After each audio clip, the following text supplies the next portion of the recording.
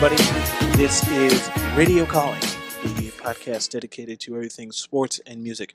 Today is Tuesday, so I will be talking about sports today. Now, the bulk of today's episode will be discussing the NBA because their all-team winners came out since last Tuesday. Also, the Warriors have moved on to the finals in the NBA. So, before I get into that, I just want to take care of a few things that are unrelated to the NBA. First of all, NFL, Roger Goodell, who is the commissioner of the NFL, has approved for some touchdown celebrations to be legal. This includes making snow people, snowmen in the snow, stuff of that nature. So it's a little bit lenient than in previous years. Also, there has been discussion that the overtime period will be changed from 15 to 10, which speeds up the process of having overtime and being in an overtime as well, especially for those people that are on shortened schedules. So they will play Sunday and then they turn around and play Thursday. So that helps with the process of that as well. Now, on the NHL news, my beloved Anaheim Ducks were defeated last night by the Nashville Predators. The Predators are going to the Stanley Cup playoffs finals for the first time in their franchise history. Congratulations to them. Pecorino, good Lord, that guy.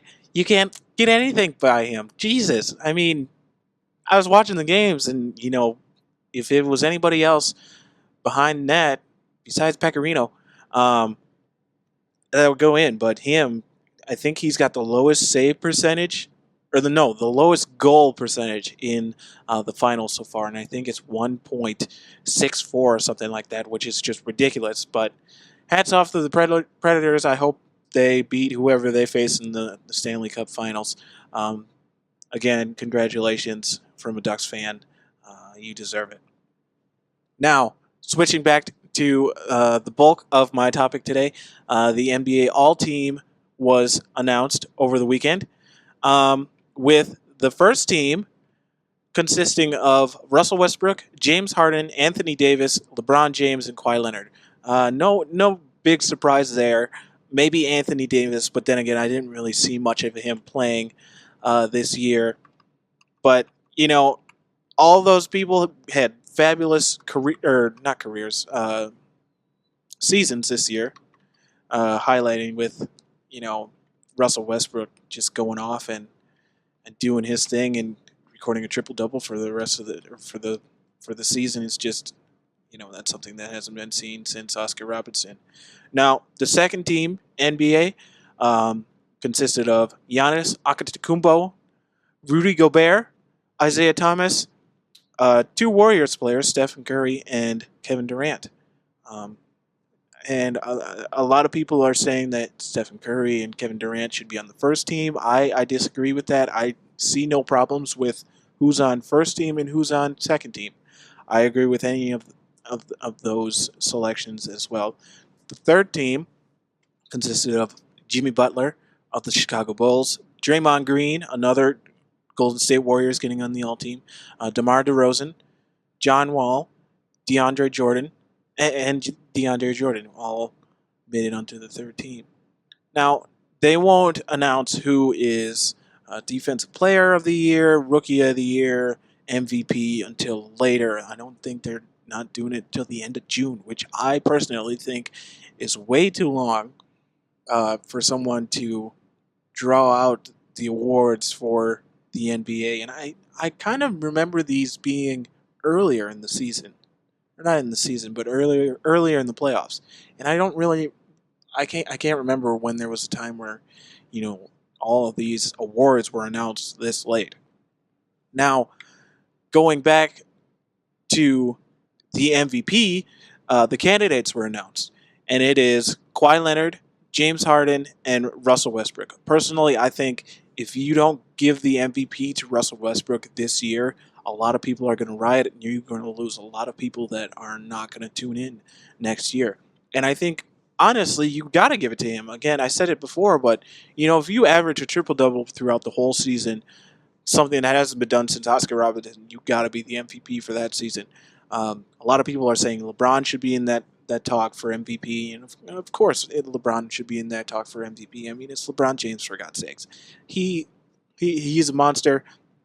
Again, averaging about like 34 points in the playoffs, minus the game that he had the other day where he lost to the Celtics. But that's not going to stop him from getting to the NBA Finals. It's going to be another Cavs Warriors Finals. It's just a matter of time of when the Cavs get there. Warriors are already there. They didn't lose throughout the whole playoffs until now, and that's what's going to bring in the fans and the spectators, because a lot of people are complaining, and I'm one included, that the NBA playoffs this year has been very, very boring. A lot of blowouts and a lot of just senseless games. I mean, the closest game that I can think of is uh, the Rockets Spurs game where Manu Ginobili blocked James Harden at the buzzer to seal the victory for the Spurs, and then this Celtics Cavs game from the other night. Those are the only ones that I can think of that were close games. Other than that, they were all blowouts where people were dominating and winning by 15, 20 points. And quite honestly, I don't want to see that. I want to see a close game in the NBA playoffs, and that's why the whole seeding is based on those close games should be closer, and there should be more close games. And there's been a lot of talk of doing like a NCAA bracket where the number one overall record gets the number one seed. Second seed would go to the second team with the better overall record, and so forth. And this would mash up both Eastern and Western conferences, so you don't have Western Conference dominating, or no, you don't have like a great competition in the Western Conference, and then you go to the Eastern Conference and just cakewalk for the Cavaliers, like it's been. So those are all things that have been said before. I don't know if the NBA will eventually go to it, but then again, they always said they were never going to put advertisements on jerseys, and look what's happening now. It's going to happen, I believe, next year. Advertisements are going to be on jerseys, or sponsors are going to be on jerseys, minus the NBA logo or anything like that. So it's only a time will tell whether or not this will happen. And again, I wouldn't mind seeing an Eastern Western tournament type setting where you have Eastern teams playing Western teams, Western teams playing Eastern teams, and making that long kind of road trip, I think would draw out the NBA playoffs and make it a little longer, just because of the travel of some of these teams, like the Spurs playing the Knicks, if they ever got to the playoffs, but I doubt it. But things of that nature. And I really, there's something needs to happen with the NBA, and Adam Silva has made a phenomenal impact on the game of basketball since he was instated as commissioner. Getting rid of that whole LA Clippers scenario happening, kind of making changes to the All-Star game as well. Just things that and then moving the All-Star game out of South Carolina or North Carolina. I can't remember which one it was. I think it was North Carolina, because of their bill that they have going on that was passed. I mean, classy moves by Adam Silver, and I really like Adam Silver as a commissioner, and he's trying to make the NBA better, and that's great. I mean, no knocking the last commissioner, David Stern, but Adam Silva is just someone that's going to make the NBA better and more enjoyable to watch, and I think he's got to know that this current NBA playoff format is not helping the NBA, and I'm sure that'll show in when he gets the views of who's watching these games and how many people are watching these games, and I'm sure they will be lower than last year or the year before that, just because you have the Warriors just dominate, go undefeated in the playoffs, back to back times in the NBA Finals. The Cavs only one blemish so far, and that was LeBron James had an off night, and that's basically it. And the Celtics win without Isaiah Thomas, which I had to check several pages on the internet to make sure that no one was reporting this game wrong, but it was. And the Celtics beat the Cavs without Isaiah Thomas, which is shocking. Speaking of getting eliminated, um, Spurs were eliminated over the weekend, or not the weekend, but yesterday, and this may or may not be the last game of Manu Ginobili, a person that I really like. I like to watch him play. He's a fearless player, and I I don't know how many rings he has offhand, but he has several rings, and he's been through that Spurs dynasty, through their dark days, and someone that shows up to practice day in and day out, every day, and he rightly deserves a standing ovation, which he got yesterday. And he's someone that works hard, and someone that is a four-time NBA champion, two-time All NBA, 2003, 2002 All Rookie, and 2007 Six Man. I believe the year that the Spurs won another one of their trophies. So Manu Ginobili, he's going to be a Hall of Famer. He's going to get his jersey retired by the Spurs. That's guaranteed. Um, and I hope he stays around the NBA in some sort of fashion.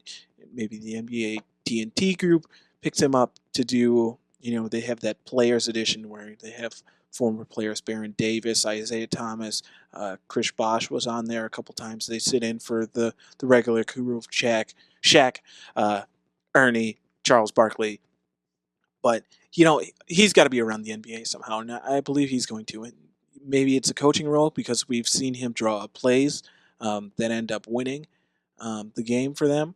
So maybe he'll get into coaching or assistant coaching or something like that, or maybe he'll stay on and assistant coach with the Spurs, something like that. That would be great. Again, congratulations, Manager Ginobili.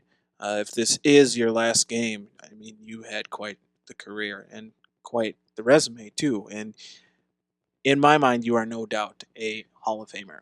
Now, something that I forgot to discuss in one of my previous episodes was the NBA draft lottery happened. The Boston Celtics got the number one overall pick of the 2017 NBA draft.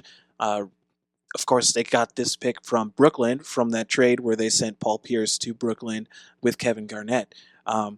And after Isaiah Thomas goes down over this past weekend, you gotta look high for the Celtics to not trade away that pick. And I personally thought they were going to trade away that pick because they don't really need another person out of college. They have so many young players. They need someone that is a veteran that can develop young players and kind of grow that whole franchise into someone that actually competes with the Cavaliers on a day-to-day basis. The Lakers have the second overall pick. A lot of speculation is they're going to take uh, Lorenzo Ball at number two, but I've also heard that they are shopping that pick. The Bulls have been in rumors with the Lakers, kind of getting Butler, excuse me, out of Chicago. But again, I say this every time someone brings up or someone shows me Jimmy Butler's been rumored to being in a trade with someone. I got to see it to believe it. Um, Again, I've said this in previous episodes, but I am not happy with the Chicago Bulls front office. Gar Forman needs to be fired.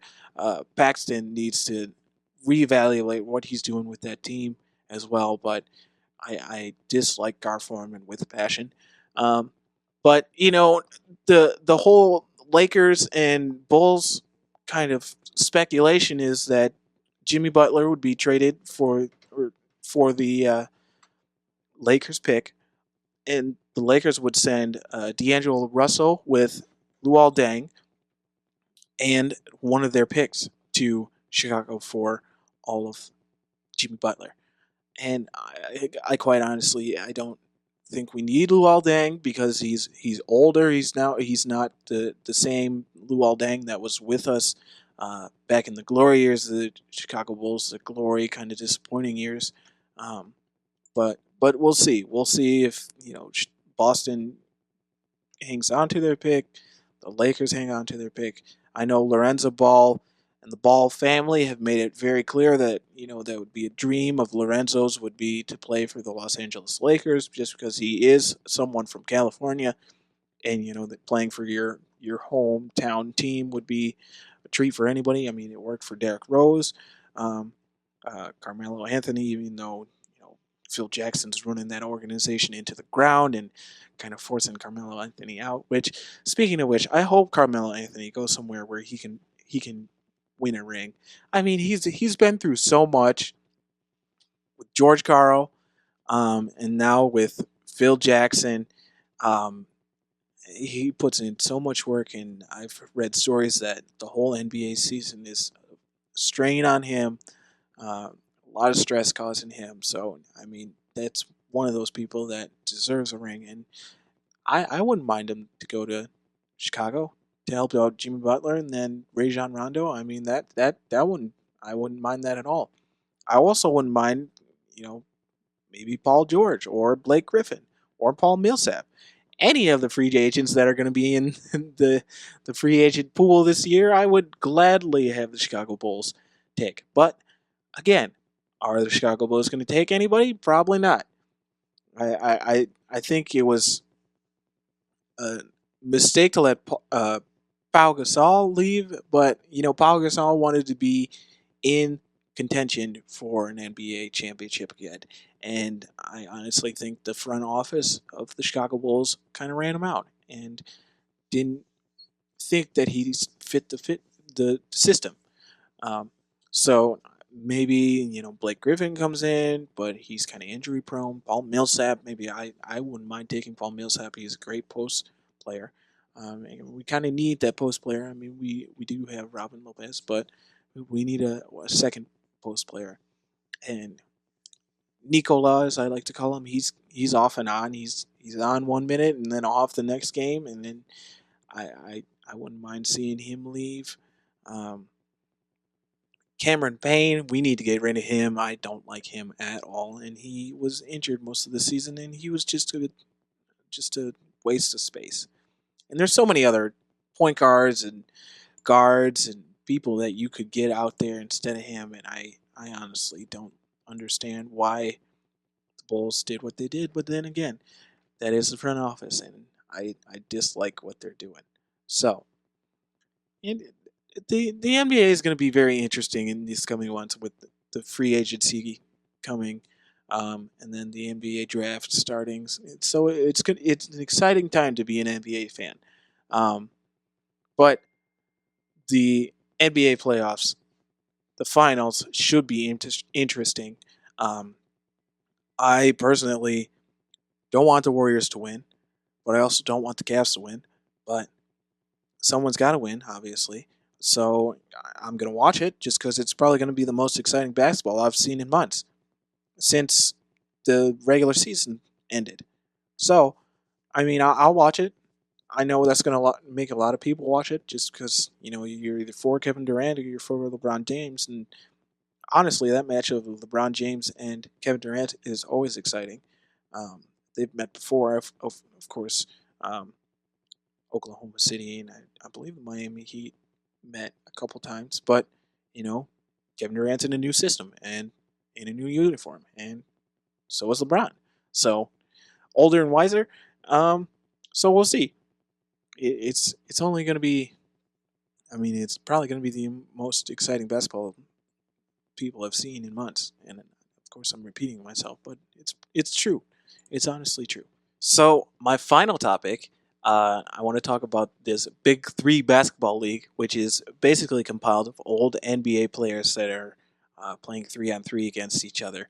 The only reason I'm talking about this is because I saw Kenyon Martin and Charles Oakley were at some sort of practice for this league, and they were barking at each other.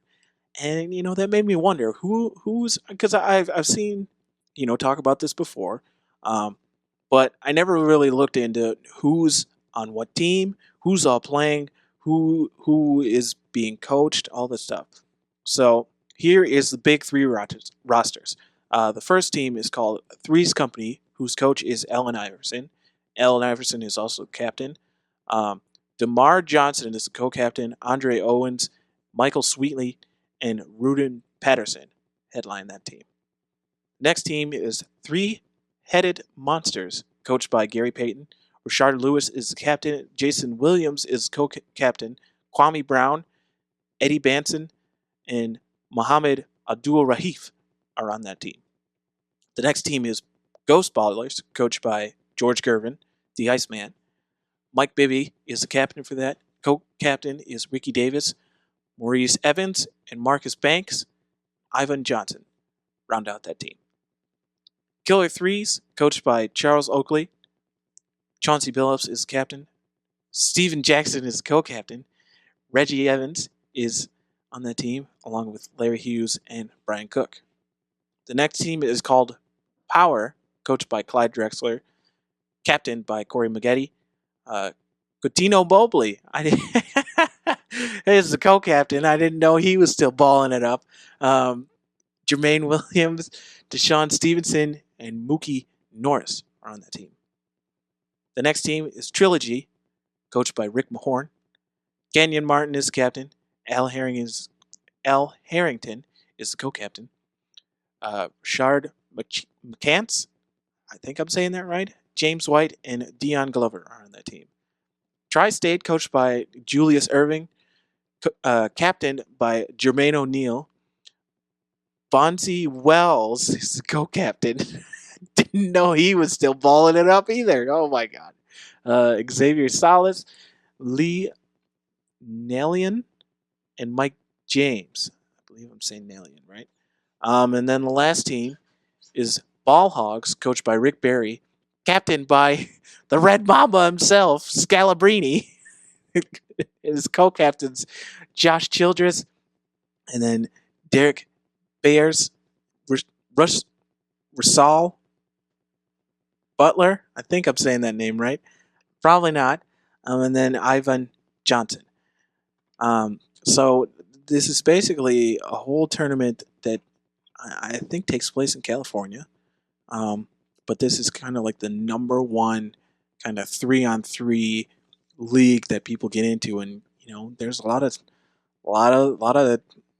trash talking, as you can see by the video that Bleacher Report put out.